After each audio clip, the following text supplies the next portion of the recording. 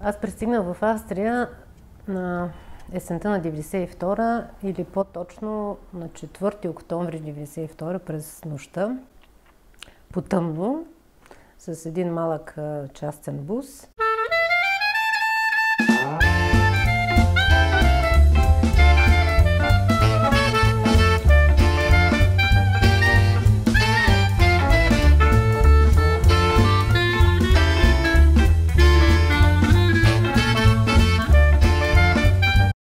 Дойдох в Австрия да си продължа следването. Една година ми се пазиха правата като студент по архитектура в Техническия университет в София.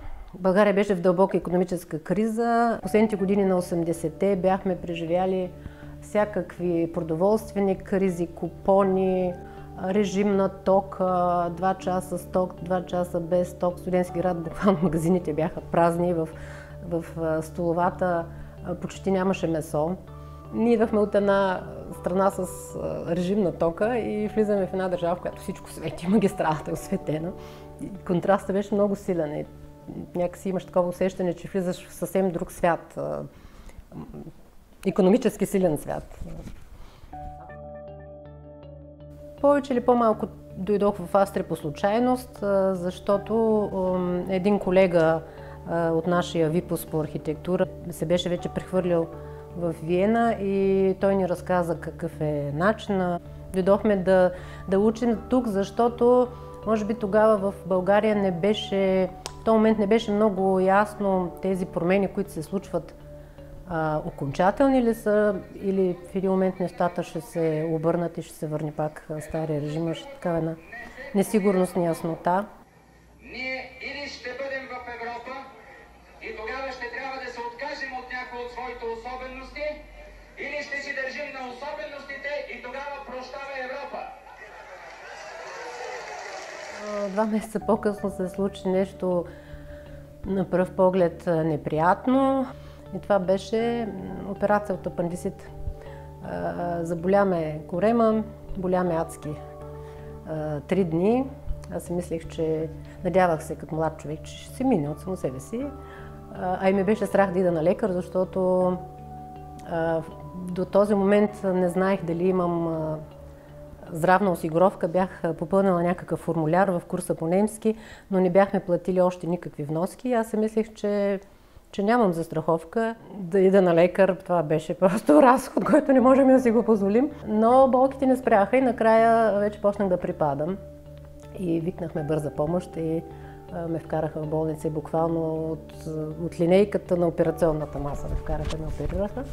Но това преживяване в болницата, самото отношение на персонала, на лекари, медицински сестри, обслужващ персонал беше толкова впечатляващо за мен, толкова добро и човечно. Първата нощ след операцията сестрата е стояла цяла нощ до мен и ми държа ръката и ми говореше някакви думи, които аз не ги разбирах, защото немски ми беше примитивен, но разбирах, че ме успокоява.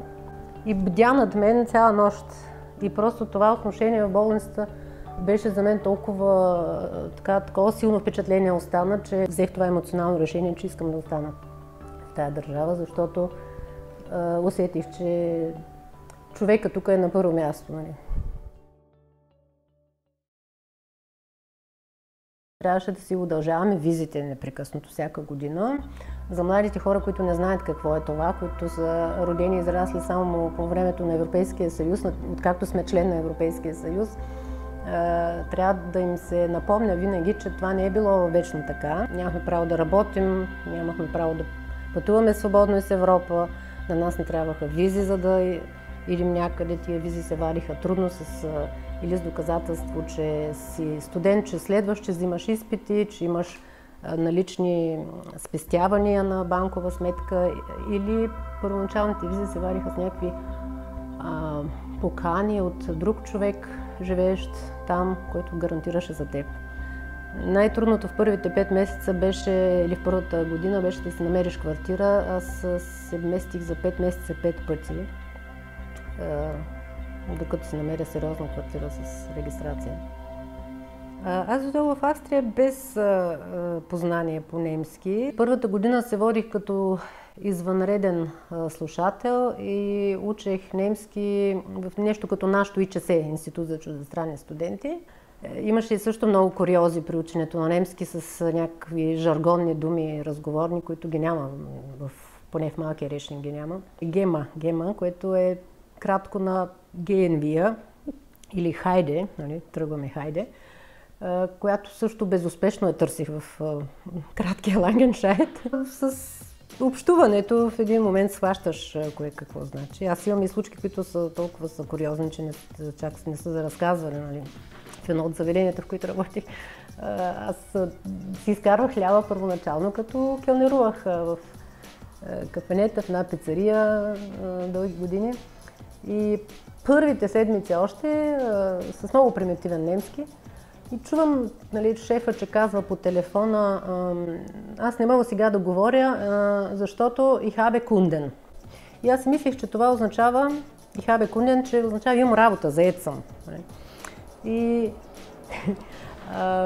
точно се бях намерила едно жилище, бях в периода, в който търсих жилище, и там един от гостите на заведението, и той ми беше обещал на другия ден да ми даде ключа за жилището, бяхме се оговорили за цена, и ме пита другия ден кога можеш да дойдеш. И аз казвам: мога да се до обяд. Защо? Преди обяд не можеш ли? Викам: не, преди обяд не мога, ich habe Kunden. Като аз мисля, че казвам, нали, имам работа, заета съм. И той ме гледа така много странно и вика: какви Kunden? Викам: приват.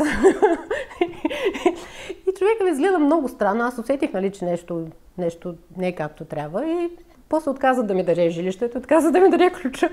И аз се пороих в речниците и разбрах, че тая дума всъщност означава имам клиенти. И тогава ми стана ясно колко сериозно съм сгафила.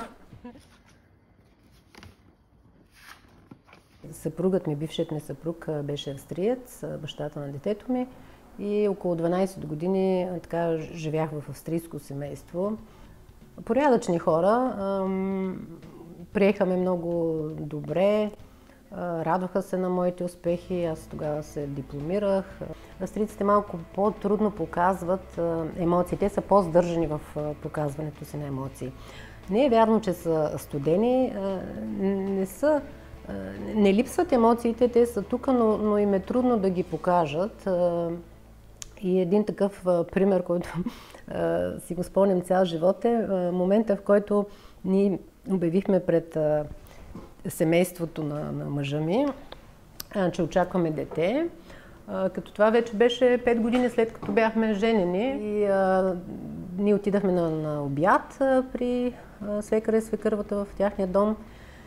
И в края на обяда заявихме, че обявихме новината, че очакваме бебе.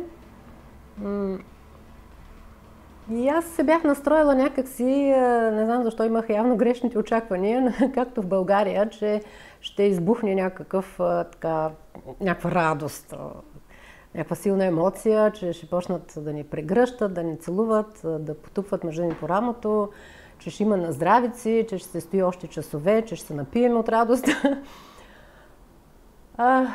Реакцията беше много сдържана. Като, нали, всички се усмихнаха, казаха: о, чудесно. Свекъра ми каза: о, много се радваме, че ще има нов член на семейството. И в следващото изречение каза: да излезем навън да изпушим по една цигара. И до там беше всичко. Всичко свърши. И аз просто стоях така, изкляпах и си мислех: ама чакай сега, това ли беше всичко?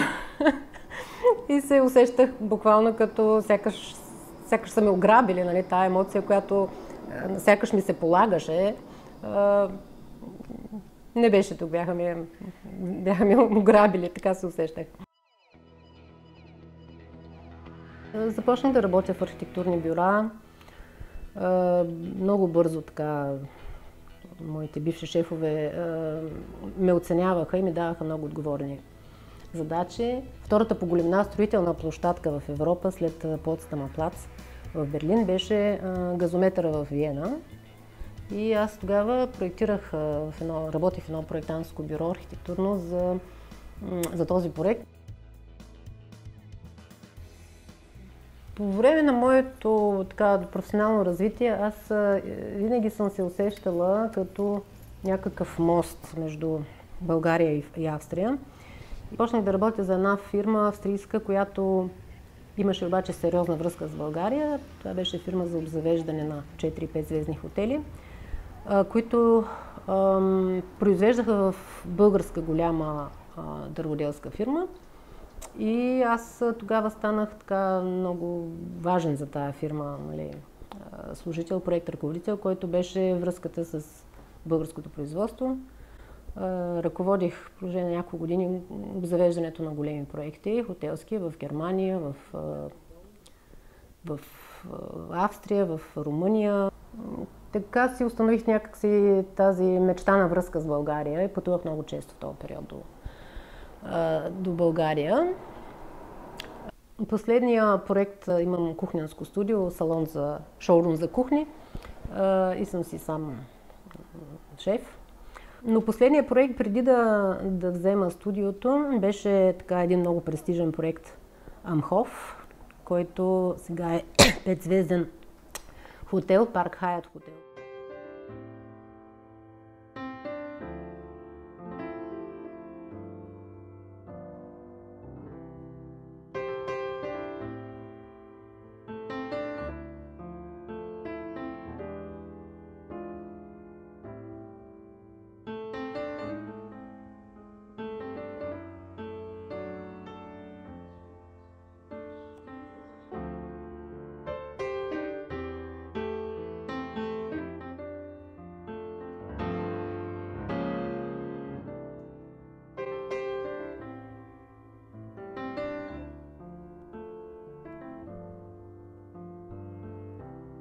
Работихме под егидата на едно реставраторско ателие, но всъщност аз ръководих екипа от архитекти, които начертаха чертежите, по които се изпълниха после всички тия облицовки на стени и тавани.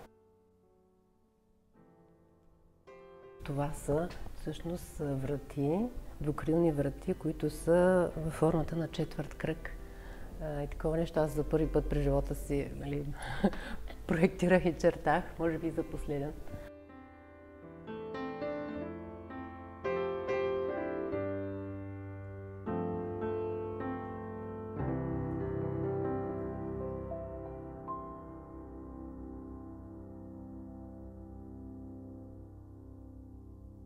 Аз съм живяла 21 години в България, вече 30 години в Австрия.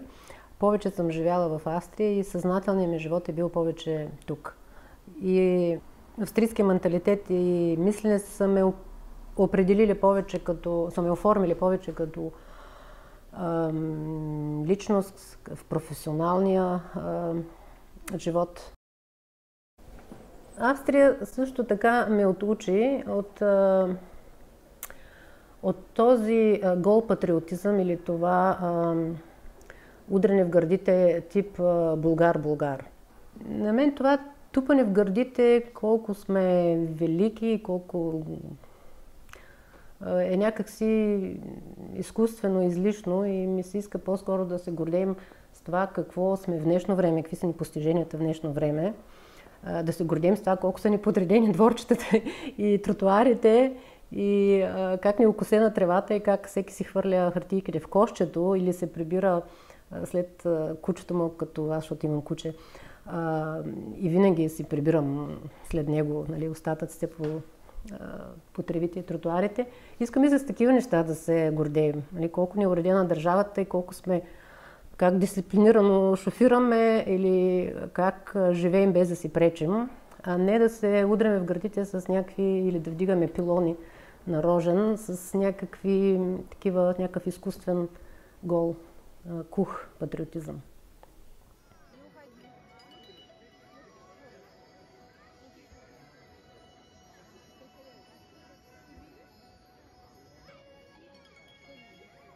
Аз живея в град, който вече не знам колко години печели първото място за най-добър град за живеене. И наистина е такъв град. Виена е прекрасен град, много уреден, с страхотен транспорт, с много добре функциониращи институции, град, който предлага всичко, всякакви възможности, културни възможности, шансове за обучение, за работа, за отдих, паркове. Град, който за всички е добър, за всички по нещо предлага. И когато живееш в такава уредена страна, ти неминуемо сравняваш постоянно с това какво е твоята родина или какво не е твоята родина. Примерно, Австрия също има корупция, няма държава, в която да няма корупция.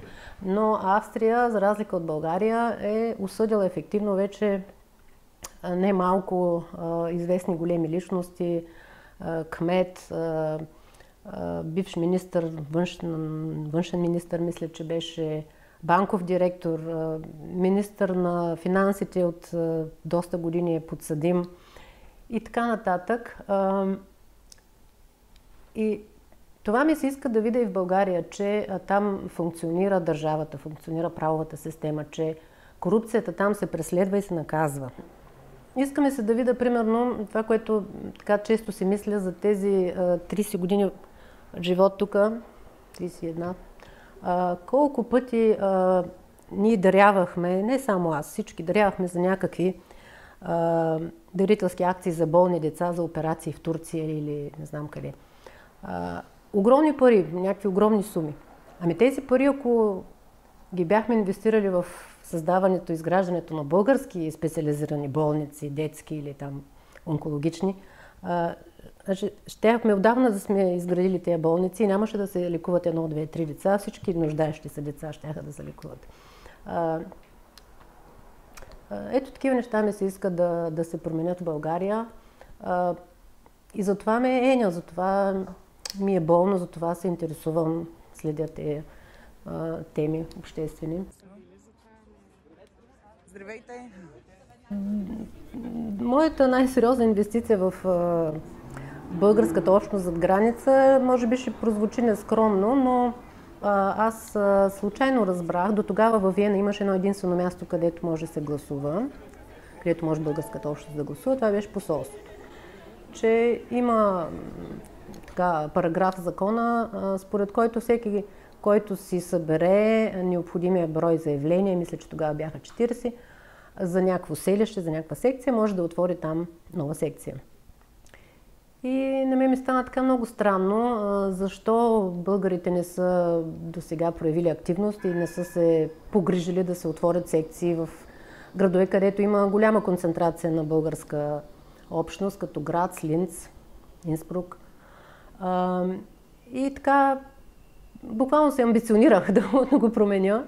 Намерих си някакви съмишленици по Фейсбук за идеята. Започнахме нали, ние се информирахме как точно се подават тези заявления в ЦИК и започнахме да обикаляме българските адреси във Виена, заведения, магазини, българското училище, църквите и да разнасяме тези листчета, чрез които се подаваха заявленията или ни такива изрезки, на които беше написан линка за електронно подаване на заявления.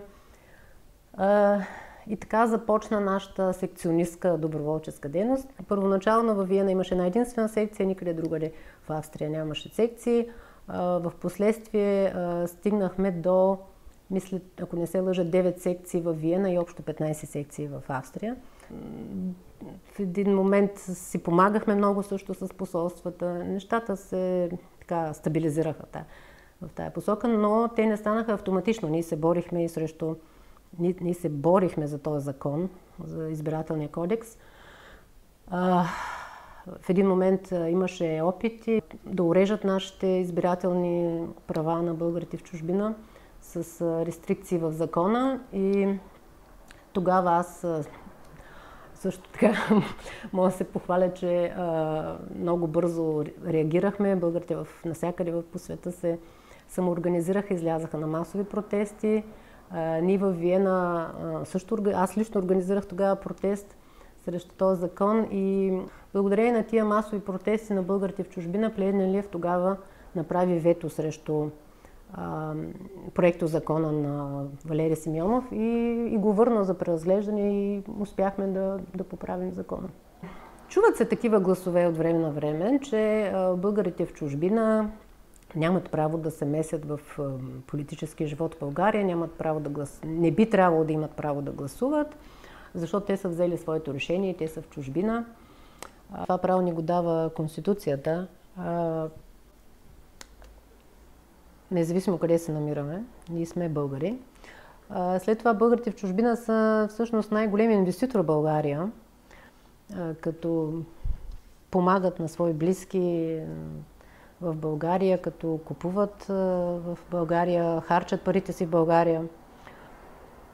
И освен това, света стана едно голямо село. Ние имаме право да пътуваме и ние можем 3 месеца в годината да сме в България и 9 месеца в чужбина или 3 месеца в България и по 3 месеца в някоя друга държава. За мен също винаги се остава тази опция да се върна в България, някакси се остава отворена и често спекулирам с тази мисъл. Аз бих се върнал с удоволствие да си карам старините в България, но пък там здравната система е много лоша и мен пък точно когато човек остарява, му трябва, по-често му трябва болница и лекар. И това са примерно такива спънки, защо българите не смеят да се върнат в България. Ако тези неща са уредени, ако България има добра здравна система, със сигурност много повече българи биха се върнали. Темата за носталгията към родината, към България, при мен специално повече е свързана с носталгия към близки хора, затъжване за близки хора или за някакви определени гледки в родния ми град. Имаме от нашия апартамент, имаме прекрасна гледка над Хасково и се вижда отсреща, хълмовете на Хасково се виждат и отсреща паметника на Богородица. И по тази гледка от терасата се затъжал някой път. А иначе носталгията или това, че ми липсват близки хора, благодарение на модерните технологии си в днешно време лесно можеш да утолиш тая носталгия. Често се улавям, че знам за събитията в България даже много повече, отколкото местните хора, защото ги следя много интензивно. Представата ми за демокрация започна да се оформя така по-ясно. Най-вероятно към 2013 година, когато започнаха масовите протести в София срещу опита Пеевски да бъде поставен за шеф на ДАНС.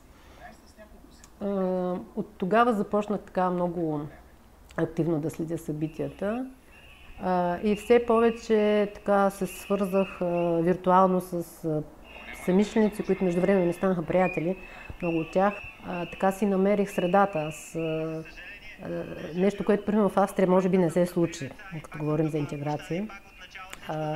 Но си намерих тази среда в България и ако някога се върна в България, то може би ще и даже заради тези хора, защото ми се иска да съм по-близо до този приятелски кръг на съмишленици.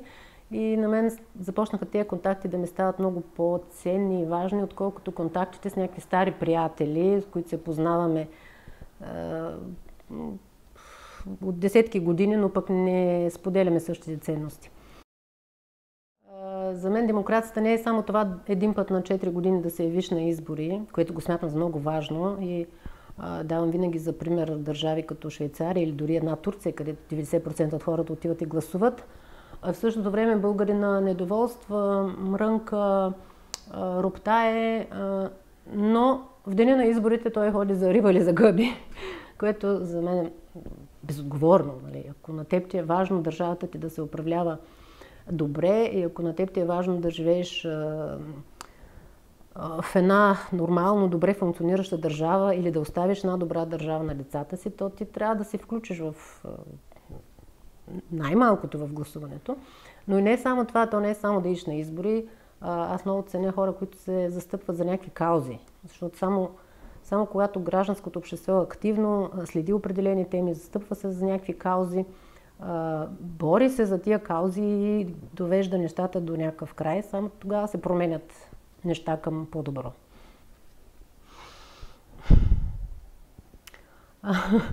Ако може да се пренеса от България нещо, ще да е някаква стара възрожденска къща с чердаци, с хубав двор чемшири пред нея и с задна градинка чернозем с краставици, домати, тиквички и една черешня. Това може и да си го пренеса в Австрия, щях да бъда... Нищо нямаше да ми липсва повече.